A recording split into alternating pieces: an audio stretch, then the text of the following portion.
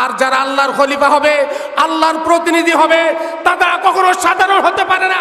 তারা দুনিয়াতে ঘুমাইতে আসে না, তারা দুনিয়াতে খাইতে আসে না, তারা দুনিয়াতে আরাম করতে আসে না। তারা আসে আল্লাহর জমিনে আল্লাহর দ্বীনকে প্রতিষ্ঠা করার জন্য। জীবন দিতে হয়, জীবন দিবে, রক্ত দিতে হয়, রক্ত দিবে। তাগুতের কাছে মাথা নত করবে না। কথাটা ঠিক না বেটে?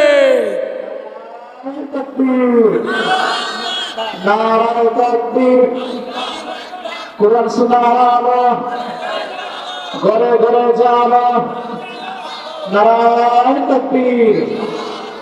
এই জন্য আমরা চাই নারায়ণগঞ্জের ফতুল্লার এটি মাঠ থেকে একটি মেসেজ নাস্তিক, মুরতাদ এবং যারা কমিউনিজম রয়েছে, জাতীয়তাবাদ রয়েছে, যারা নাকি এমন কিছু রাজনীতি করে, আলেম ওলামারা রাজনীতির কথা বললে তাদের শরীরে আগুন জ্বলে। কথা ঠিক কিনা? কারণ আলেম ওলামারা রাজনীতি করলে আদল ইনসাফ ভিত্তিক রাজনীতি করবে, সকল মানুষের অধিকার সমান সমান ঘটাবে। আর তারা রাজনীতি করে দুনিয়ার জাতীয়তাবাদ, নাস্তিক্যবাদ, যেই রাজনীতির মাধ্যমে তারা আঙ্গুল ফুলে কলা গাছ হয়। কথা ঠিক না বেটি? ওলামায়ে কেরাম রাজনীতি করবে না, রাজনীতিকে তোমরা করবা। আল্লাহ রাসূল মসজিদে নববীতে বসে রাষ্ট্র পরিচালনা করছেন, ঠিক না বেটি? এই রাজনীতি তো আল্লাহ রাসূল সাল্লাল্লাহু আলাইহি সাল্লাম আমাদেরকে শিখিয়ে দিয়ে গেছেন। আর ওলামায়ে কেরাম তো আল্লাহ রাসূলের উত্তরাধিকার, ঠিক না বেটি? আল উলামা ওয়ারাসাতুল আম্বিয়া ওয়া ইন্নাল আম্বিয়া লাম ইউওয়ারিসু দীনালাও ওয়ালা দিরহামা। আল্লাহ বলেন পৃথিবীতে আমার কোনো ওয়ারিস থাকবে না, আমার ওয়ারিস হলো তারা কিয়ামত পর্যন্ত যারা হকের চামড়াকে ফুটিয়ে রাখবে, উঠিয়ে রাখবে। এবং আমি রাসূলের পক্ষ থেকে কোরআন ও সুন্নাহর দাওয়াত কিয়ামত পর্যন্ত দিবে যারা, তারাই হলো আমার ওয়ারিস। জোরে বলেন সুবহানাল্লাহ।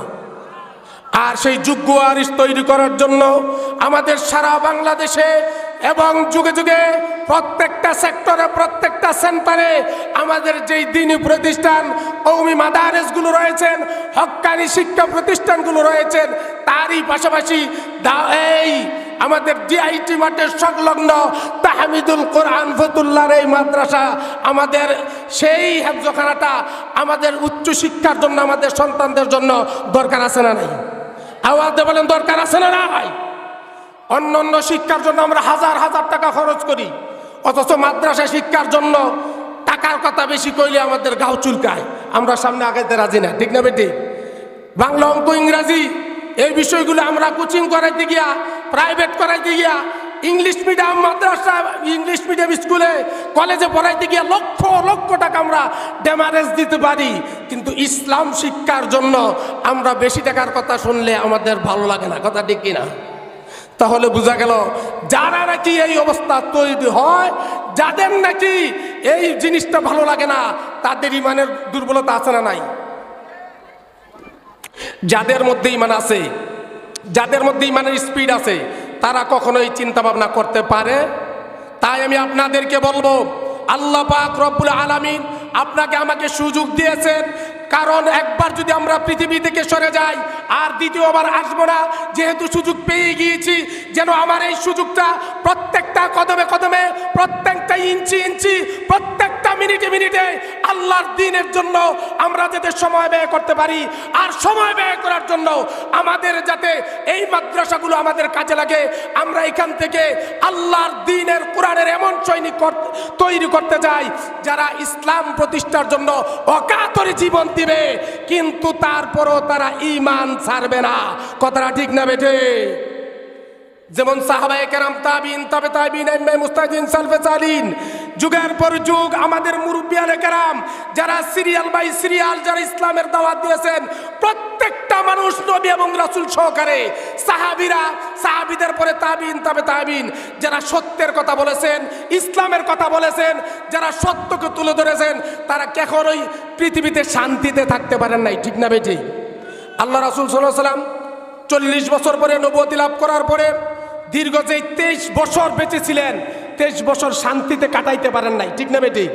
শান্তিতে কাটাইতে পারেন, 1 মিনিটের জন্য শান্তিতে কাটাইতে পারেন নাই, শান্তিতে ঘুমাইতে পারেন নাই, শান্তিতে খাইতে পারেন নাই। কারণ একমাত্র কারণ ছিল আল্লাহর দাওয়াত দেওয়ার কারণে। কার দাওয়াত দেওয়ার কারণে? লা ইলাহা ইল্লাল্লাহ মুহাম্মাদুর রাসূলুল্লাহ সাল্লাল্লাহু আলাইহি ওয়াসাল্লাম একমাত্র এই দ্বীন এবং ইসলামকে পৃথিবীতে প্রতিষ্ঠা করতে যাইয়া আল্লাহ রাসূল দুনিয়াতে শান্তিতে কাটাইতে পারেন নাই। আল্লাহ রাসূল যদি এইটা না করে অন্যটা করতেন তাহলে শান্তি পাইতেন কি পাইতেন না?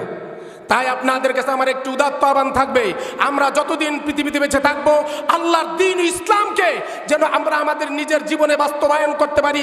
প্রত্যেকটা কদমে কদমে, প্রহরে প্রহরে, প্রত্যেকটা বিষয়ে যাতে আমরা সামনের কাতারে থাকতে পারি, ইসলামের জন্য জীবন দিতে পারি, কিন্তু ঈমান যেন কখনো নাস্তিকদের কাছে পরাভূত না হয়, এই আশাবাদ ব্যক্ত করে আজকের এই মাদ্রাসা তাহমিদুল কোরআন মাদ্রাসা ফতুল্লাহর এই মাহফিলকে সার্থক এবং সফল করার জন্য আল্লাহর দরবারে দোয়া করে আমাকে কিছু সময় সুযোগ দেওয়ার জন্য কর্তৃপক্ষকে আন্তরিক ধন্যবাদ এবং মোবারকবাদ জানিয়ে আমি আমার সংক্ষিপ্ত আলোচনা এখানে শেষ করলাম।